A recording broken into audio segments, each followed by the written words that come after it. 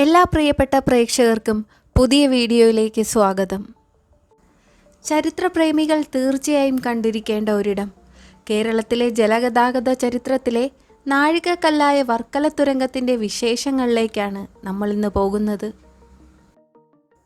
Video ആരംഭിക്കുന്നത് നടയറ പാലത്തിൻ്റെ മുകൾ ഭാഗത്ത് നിന്നാണ്. ഇവിടെ നിന്ന് നേരെ കാണുന്നത് ശിവഗിരി ടണലിലേക്കുള്ള ഡയറക്ഷനാണ്. ടണൽ വരെ ഏകദേശം 2.5 കിലോമീറ്ററാണുള്ളത്. ഇപ്പോൾ പ്രധാനമായും നവീകരണ പ്രവർത്തനങ്ങൾ നടക്കുന്നത് ഇവിടം മുതൽ 5 തെങ്ങ് കായൽ വരെയാണ്. യന്ത്രങ്ങളൊന്നുമില്ലാത്ത കാലത്ത് വെട്ടുകല്ല് തുരന്ന് നിർമ്മിച്ച 2 പ്രധാന തുരങ്കങ്ങളാണ് ഇവിടെ ഉള്ളത്. ഒന്ന് 722 മീറ്റർ നീളമുള്ള വലിയ തുരങ്കമായ ശിവഗിരി തുരങ്കവും 380 മീറ്റർ നീളമുള്ള ചെറിയ തുരങ്കമായ ചിലക്കൂർ തുരങ്കവുമാണ്. ഇതിൽ ചിലക്കൂർ തുരങ്കം ഉൾപ്പെടെ വള്ളക്കടവ് മുതൽ 5 തെങ്ങ് കായൽ വരെയുള്ള വീഡിയോ കഴിഞ്ഞ ദിവസം ചെയ്തിരുന്നു. ഇതിൻ്റെ ലിങ്ക് എൻ്റെ സ്ക്രീനിലും ഐക്കാർഡിലും ആഡ് ചെയ്തേക്കാം. പാലത്തിൻ്റെ മറുഭാഗം നടയറ കായലിലേക്കാണ് എത്തുന്നത്. ഇവിടെ വർക്കുകൾ പ്രാരംഭഘട്ടത്തിലാണ്. ഈ കനാലിൻ്റെ പല ഭാഗങ്ങളിൽ നിന്നാണ് വീഡിയോ ചിത്രീകരിച്ചിരിക്കുന്നത്.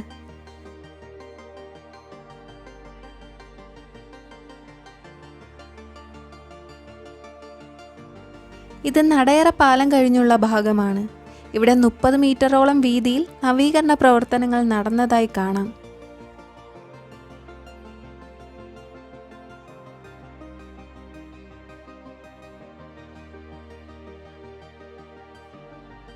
കോൺക്രീറ്റ് പില്ലറുകളും സ്ലാബുകളും ഉപയോഗിച്ച് പാർശ്വഭിത്തികൾ നിർമ്മിച്ചിട്ടുണ്ട്.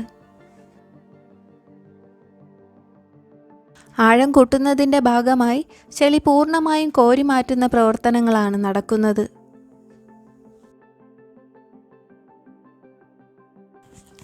ഇവിടെ വീതി കൂട്ടുന്നതിൻ്റെ ഭാഗമായി എക്സ്കവേറ്ററിൻ്റെ സഹായത്തോടുകൂടി പാർശ്വഭിത്തിയിൽ നിന്നും മണ്ണ് ഇടിച്ചു നീക്കുന്നതായി കാണാം.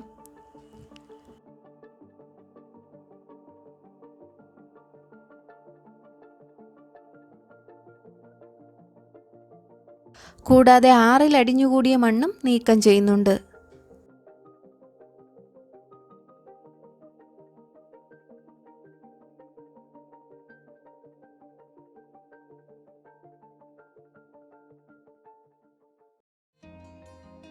ഇത് തൊടുവയ്ക്ക് തൊട്ടു മുന്നേയുള്ള ഒരു ഭാഗമാണ്. ഇവിടെ മണ്ണ് നീക്കം ചെയ്ത് പാർശ്വഭിത്തികൾ കൂടി നിർമ്മിക്കേണ്ടതുണ്ട്.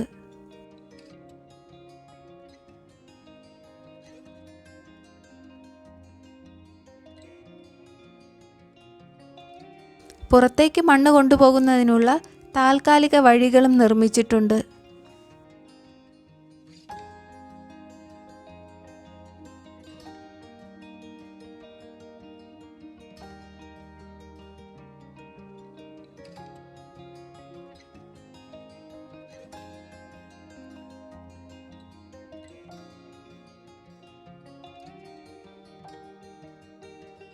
അടുത്ത മണ്ണിൻ്റെ ഘടന നോക്കുകയാണെങ്കിൽ ഒട്ടും ഉറപ്പില്ലാത്ത മണ്ണാണ്. മണ്ണ് നീക്കം ചെയ്ത ഭാഗങ്ങൾ സൈഡ് ഇടിഞ്ഞു വീണതായി കാണാം.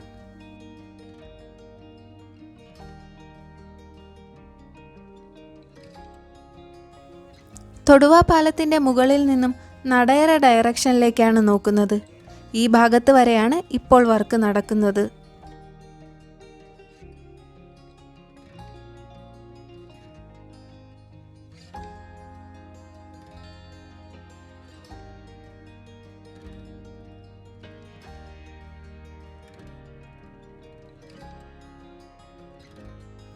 ഇതിൻ്റെ മറു സൈഡ് വർക്കുകളൊന്നും തുടങ്ങിയിട്ടില്ല.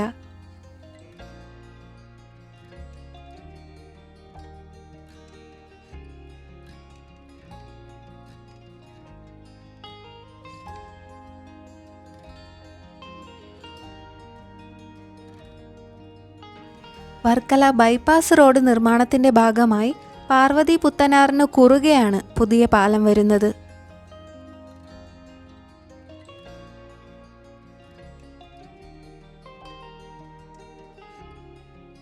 ഇതിൻ്റെ പൈലിംഗ് പ്രവൃത്തികളാണ് ഇപ്പോൾ പുരോഗമിക്കുന്നത്.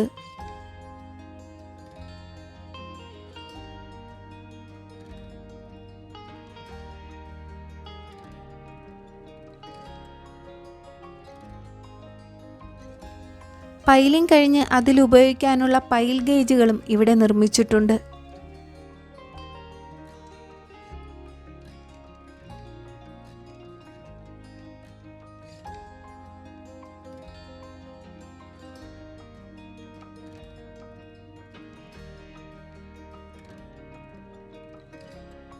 ശിവഗിരി റോഡിനെ വർക്കല കണ്ണമ്പ ഭാഗമായി ബന്ധിപ്പിക്കുന്നതിന് വേണ്ടിയാണ് ഈ പാലം നിർമ്മിക്കുന്നത്.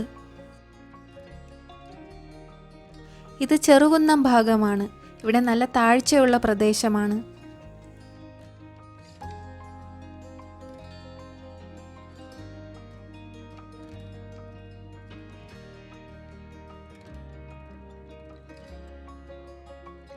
ആദ്യഘട്ട നവീകരണ പ്രവർത്തനങ്ങൾ മാത്രമാണ് ഇവിടെ നടന്നത്.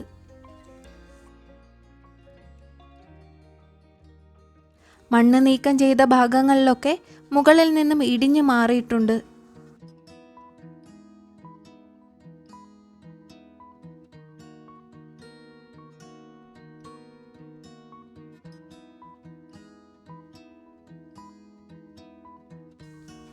ഇവിടെയെല്ലാം പാർശ്വഭിത്തികൾ നിർമ്മിച്ച് ബലപ്പെടുത്തേണ്ടതുണ്ട്.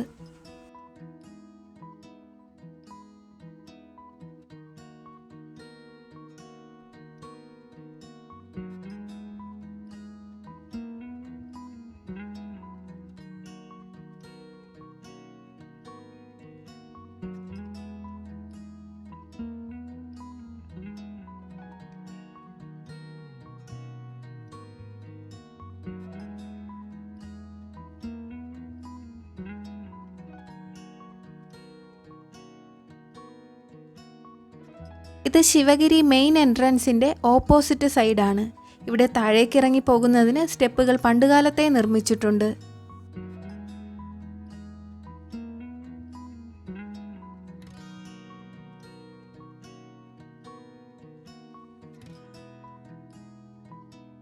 ഇനി കാണിക്കുന്നത് വർക്കല തുരങ്കത്തിൻ്റെ ഭാഗമാണ്.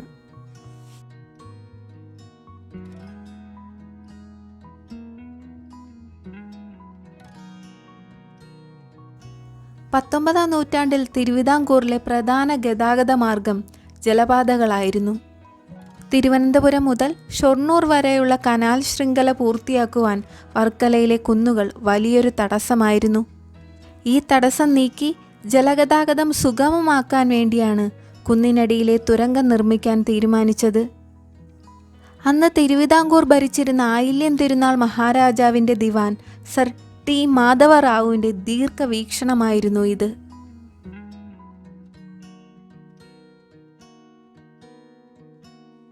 ആയിരത്തി 1867 നിർമ്മാണം തുടങ്ങി 14 വർഷത്തെ കഠിന പ്രയത്നത്തിനു ശേഷം 1880 നിർമ്മാണം പൂർത്തിയാക്കി.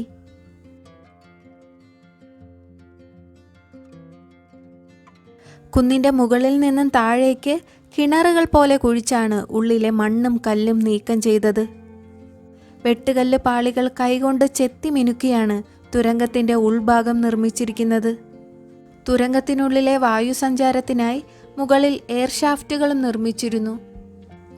നിങ്ങളിപ്പോൾ കാണുന്നത് വർക്കല ടണലിനു വേണ്ടി നിർമ്മിച്ച മെയിൻ എയർ ഷാഫ്റ്റാണ്. ഇതിൻ്റെ ആഴം 56.4 മീറ്ററാണ്. ഇതിൻ്റെ മുകൾ ഭാഗം ഇപ്പോൾ നെറ്റ് ഉപയോഗിച്ച് അടച്ചിട്ടുണ്ട്. ഇനി നമുക്ക് വർക്കല തുരങ്കത്തിൻ്റെ മറുഭാഗത്തേക്ക് പോകാം. നിങ്ങളിപ്പോൾ കാണുന്ന റെയിൽവേ ലൈനും റോഡുമൊക്കെ ടണലിൻ്റെ മുകൾ ഭാഗത്തു കൂടിയാണ് കടന്നു പോകുന്നത്. ഏകദേശം 70 മീറ്ററോളം ആഴത്തിലാണ് ഈ ഭാഗത്തൊക്കെ ടണൽ കടന്നു പോകുന്നത്. ഇത് വർക്കല തുരങ്കത്തിൻ്റെ മറുഭാഗമാണ്. ഇവിടെ ആദ്യഘട്ട ക്ലീനിംഗ് പ്രവർത്തനങ്ങൾ നടന്നിട്ടുണ്ട്. ഇവിടെ ഇറങ്ങി ചിത്രീകരിക്കാൻ കഴിയില്ല.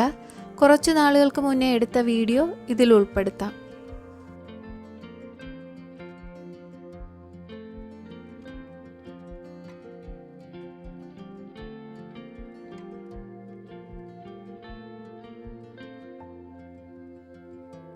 ഇവിടെ നിന്ന് 2 കിലോമീറ്റർ കൂടി പോകുമ്പോഴാണ് അടുത്ത ടണൽ വരുന്നത്.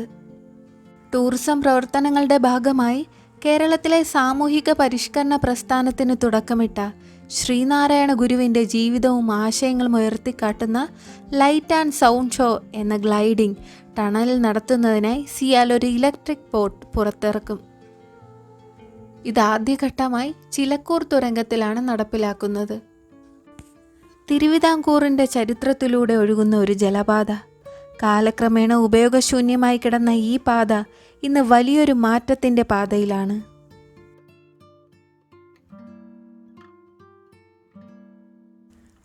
കിഫ്ബി ഫണ്ട് ഉപയോഗിച്ച് Kerala waterways and infrastructure limited ആണ് ഇതിൻ്റെ നവീകരണ പ്രവർത്തനങ്ങൾ നടത്തുന്നത്. വർക്കലയിലെ TS കനാൽ ശൃംഖലയുടെ പ്രധാന ഭാഗമാണിത്. ഇതിൻ്റെ നവീകരണം പൂർത്തിയാകുന്നതോടെ കോവളം മുതൽ കാസർഗോഡ് വരെയുള്ള ജലപാത കൂടുതൽ സജീവമാകും.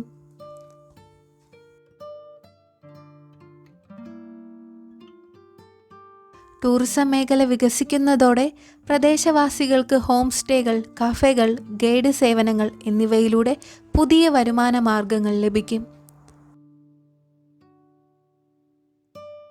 കനാൽ തീരങ്ങളിലെ വ്യാപാര സ്ഥാപനങ്ങൾക്ക് കൂടുതൽ ബിസിനസ് ലഭിക്കാൻ ഇത് കാരണമാകും. നവീകരണത്തിൻ്റെ ഭാഗമായി തുരങ്കത്തിലെയും കനാലിലെയും മാലിന്യങ്ങൾ നീക്കം ചെയ്യുന്നതിലൂടെ ഈ പ്രദേശത്തെ ജലസ്രോതസ്സുകൾ വൃത്തിയായി സൂക്ഷിക്കാൻ സഹായിക്കും. ചരക്ക് നീക്കം ജലമാർഗമാകുന്നതോടുകൂടി റോഡിലെ വാഹനങ്ങളിൽ നിന്നുള്ള പുകമലിനീകരണം കുറയും.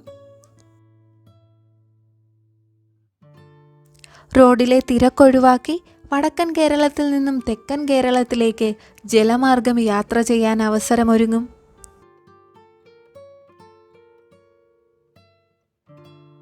ഇവിടെ നിന്ന് നേരെ വള്ളക്കടവ് ഭാഗത്തേക്കാണ് പോകുന്നത്.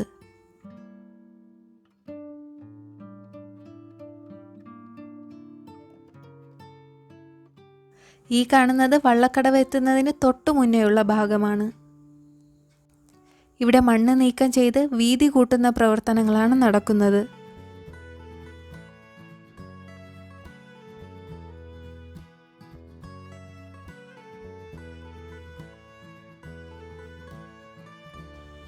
തൊടുവേ പാലം പോലെ പണ്ടുകാലത്ത് നിർമ്മിച്ച 2 പാലങ്ങളാണ് ഈ ഭാഗത്തുള്ളത്. നവീകരണം കഴിയുമ്പോൾ പൊളിച്ചുമാറ്റി പുതിയത് പണിയുമായിരിക്കും.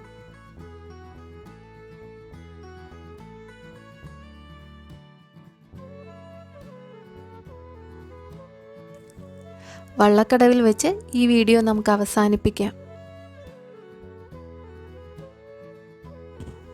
വള്ളക്കടവ് മുതൽ 5 തെങ്ങ് കായൽ വരെയുള്ള വീഡിയോ കാണാത്തവർ എൻ്റെ സ്ക്രീനിൽ നിന്നും സെലക്ട് ചെയ്യാവുന്നതാണ്.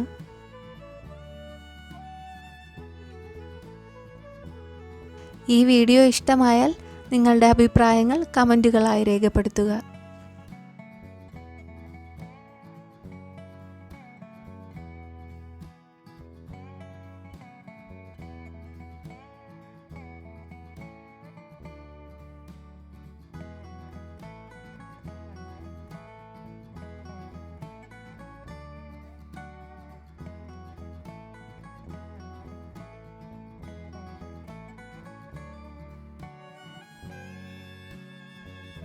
നന്ദി, നമസ്കാരം.